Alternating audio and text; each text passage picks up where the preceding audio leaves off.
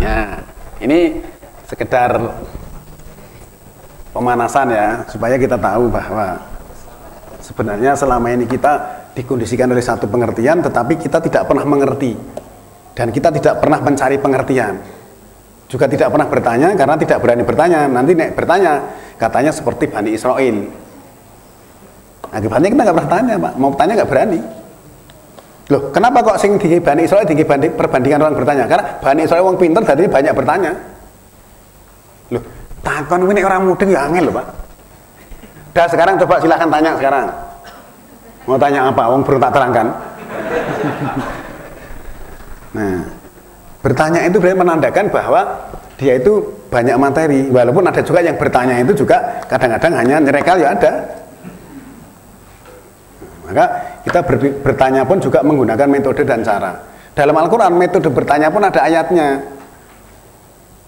Jadi nggak sembarangan sak-sae. Al-Quran memberikan petunjuk, bertanya harus begini, yang realistis. Nanti nek kamu dijawab tidak sesuai dengan simbol karepe, itu malah kamu jadi kafir. Ayatnya bilang begitu. Ya, saudara sekalian, coba kalau kita berbicara tentang sunnah ya, nanti kan di sini kami gambarkan bahwa hadis tidak sama dengan sunnah. Harusnya tidak sama ya. Selama ini kan sunnah sama dengan hadis. Nanti ada kata-kata Rasul sama dengan hadis loh. Karena anti olah itu Rasulnya nanti diparakin yang dengan hadis. Bagaimana Rasul kok sama dengan hadis sih? Rasul itu artinya utusan. Utusan itu sebelum Muhammad dilahirkan juga sudah ada. Tempo hari sudah kita ketahui 4164 bahwa Rasul ada yang dikisahkan, ada yang tidak. Semuanya menyampaikan risalah, semuanya menyampaikan ayat. Semua Rasul menyampaikan ayat. Kan tidak ada tempo hari Rasul yang menyampaikan hadis, kan nggak ada. Ya, saya ingatkan sekali lagi, surat kedua 129, 2 151, 3 164 dan 62 ayat 2. Itu semua Rasul dari zaman dahulu sampai Muhammad menyampaikan ayat. Supaya kita ingat itu. Kalau nanti terus dipelintir kan menurut karepe dhewe, bukan menurut Allah. Kita harus menurut Allah karena kita belajar Al-Quran. Sekarang Allah bilangnya seperti apa kan itu. Nah, sekarang kita akan berbicara tentang sunnah tadi ya. Pendapat itu bukan kebenaran, tetapi Al-Quran adalah mutlak kebenaran. Orang boleh berpendapat, tetapi pendapat itu belum tentu kebenaran. Hanya mencari kebenaran. Lah, kebenaran yang ada seluruhnya ada dalam Al-Quran. Kita harus memahami Al-Quran secara kafah. Surat kedua ayat 208, coba kita lihat dulu.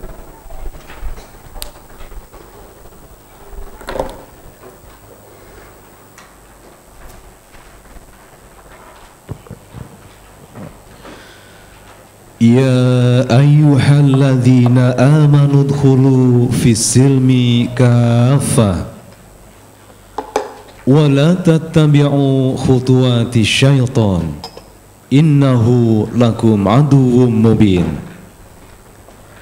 Wahai orang-orang yang beriman, masuklah kamu ke dalam Islam secara keseluruhannya, dan janganlah kamu turut langkah-langkah syaitan.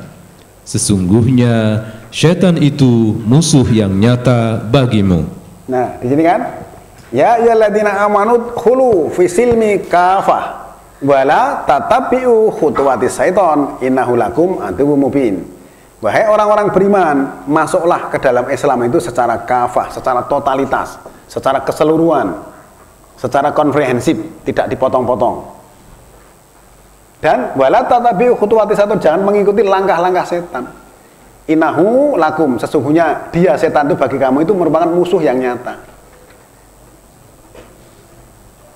Nah, musuh yang nyata berarti berupa setan manusia. Kita harus tahu bahwa setan itu terdiri dari setan jin dan setan manusia ya. Setan ya. Jin dan manusia. Surat 6 112. Maka setan yang nyata tentu saja setan manusia. Berarti manusia itu banyak yang menjadi setan. Siapakah dia? Orang yang memusuhi apa yang disampaikan Nabi berupa ayat-ayat. Coba jangan baca surat 6 112 itu.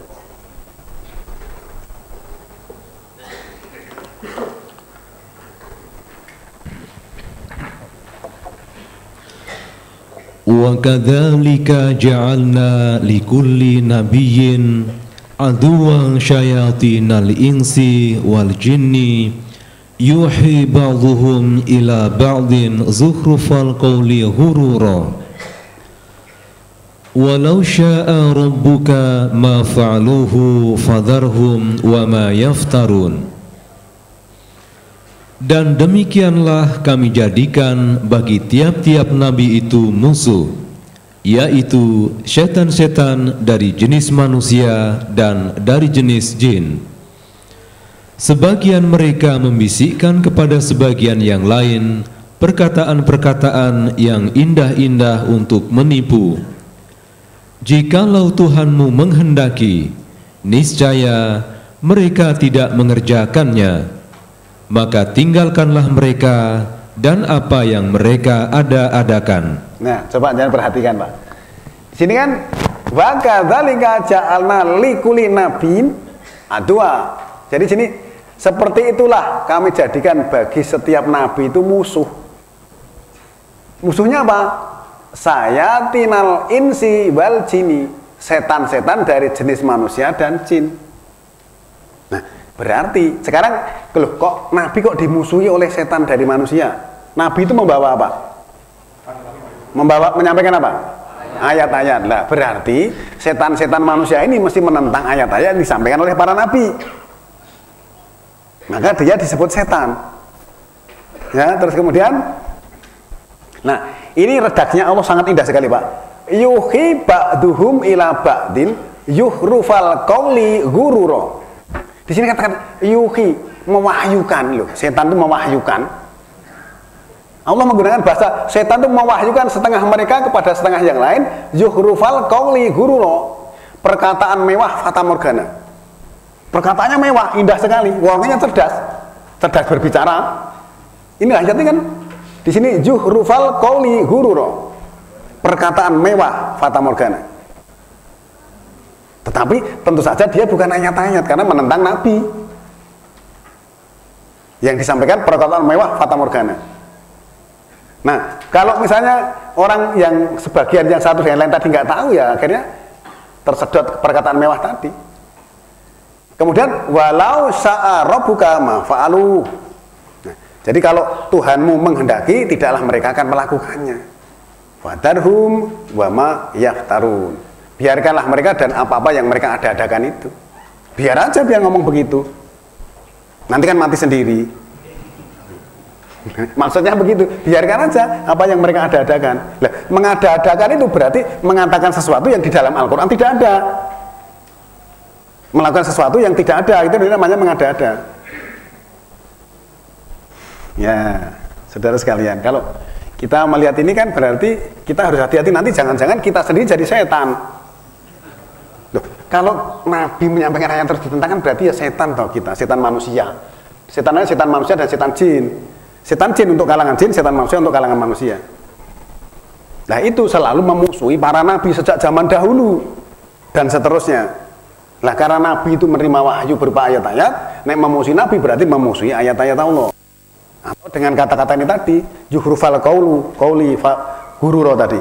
Dengan perkataan mewah fata morgana, tetapi bukan ayat-ayat yang disampaikan nabi. Ya. Nah, saudara sekalian, ini sebagai mukadimah atau mungkin sebagai warming up ya, apa yang kami sampaikan tentang pengertian sesuai dengan tema yang akan kita bahas, bahwa ilmu Allah begitu luar biasa. Kemudian kita memahami Al-Quran juga harus secara kafah, secara totalitas, secara menyeluruh ya. Sekarang misalnya kalau kita ditanya, apakah kita sudah memahami Al-Quran secara kafah sesuai dengan surat kedua 208? Kalau membaca itu sudah, Pak, memahami ya, ayat Al-Quran yang terdiri 6.000 sekian, sudahkah kita paham secara kafah? Misalnya kalau ditanya, apakah Anda sudah memahami seluruh ayat Al-Quran 6.348? Jawabannya? Belum. Kita turunkan jadi 5.000. Belum. Terus 4.000, 3.000, 2.000, 1.000, 100. Lah nek 100 euro itu gimana? Ini 6.000 lebih, Pak. Loh, andai kata penjenengan sudah paham 5.000 pun masih kurang 1.000, Pak. 1.000 lebih, 1.300 loh. Itu dipelajari 10 tahun nggak selesai yang 1.000 tadi itu. Andai kata penjenengan saya sudah paham 5.000, oke, 5.000 tapi masih kurang 1.000 lebih. Lah, 1.000 lebih itu tidak cukup 10 tahun bisa selesai. Apalagi nek baru 100. Apalagi baru hafal. Hafal tidak sama dengan mengerti.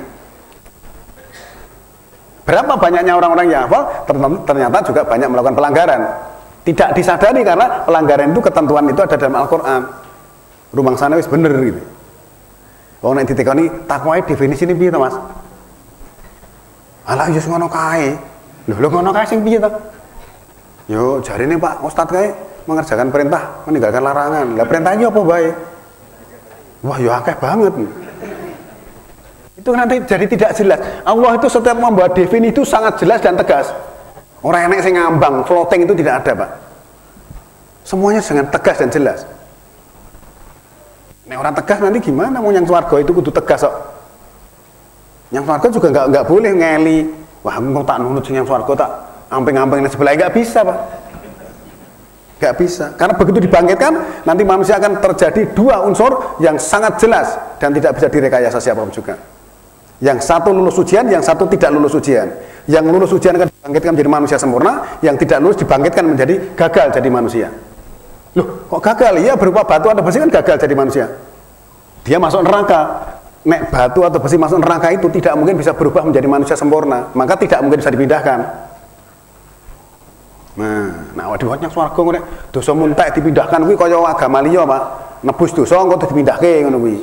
Itu ndak bisa. Batu atau besi didokok nang neraka sampai berpuluh-puluh tahun ya tetap batu. Padahal yang masuk surga manusia yang sempurna. Apakah bisa manusia yang berupa batu atau besi setelah masuk neraka bisa jadi manusia sempurna? Ya tentu saja nggak bisa. Maka tidak mungkin bisa dipindahkan. Nah, ini berpikir yang realistis ya.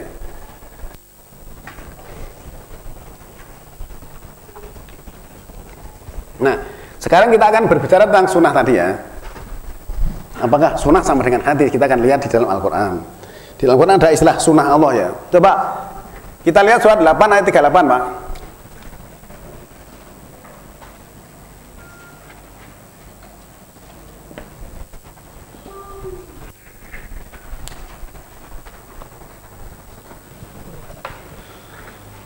Qul lilladzina kafaru iyantahu yughfar lahum ma qad salaf wa iyaudu faqad madat sunnatul awwalin. Katakanlah kepada orang-orang yang kafir itu, jika mereka berhenti dari kekafirannya, niscaya Allah akan mengampuni mereka tentang dosa-dosa mereka yang sudah lalu. Dan jika mereka kembali lagi, sesungguhnya akan berlaku kepada mereka sunnah Allah terhadap orang-orang dahulu. Nah, coba di situ ada kata-kata sunnah Allah. Nah, kita harus sadar bahwa istilah sunnah ini muncul tentu saja setelah Al-Quran diturunkan. Sebelum Al-Quran diturunkan ya belum ada istilah sunnah, istilah hadis juga belum ada, Pak. Kembali lagi ya, saya buat skema. Nabi ya.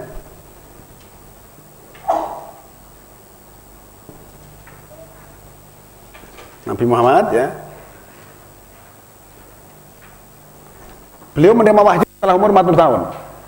Nah, pada saat di sini sebelum menerima wahyu, apakah sudah paham tentang hadis? Masalah sunnah? Juga belum kan? Nah, istilah hadis sunnah itu muncul setelah umur 40 tahun dan menerima wahyu. Maka di sini bertindak selaku nabi dan selaku rasul. Baru ada mengenal istilah sunnah dan istilah hadis. Pada saat di sini juga belum. Kenapa? Waktu di sini juga belum menerima wahyu. Coba lihat surat 29 ayat 48, 42 ayat 52.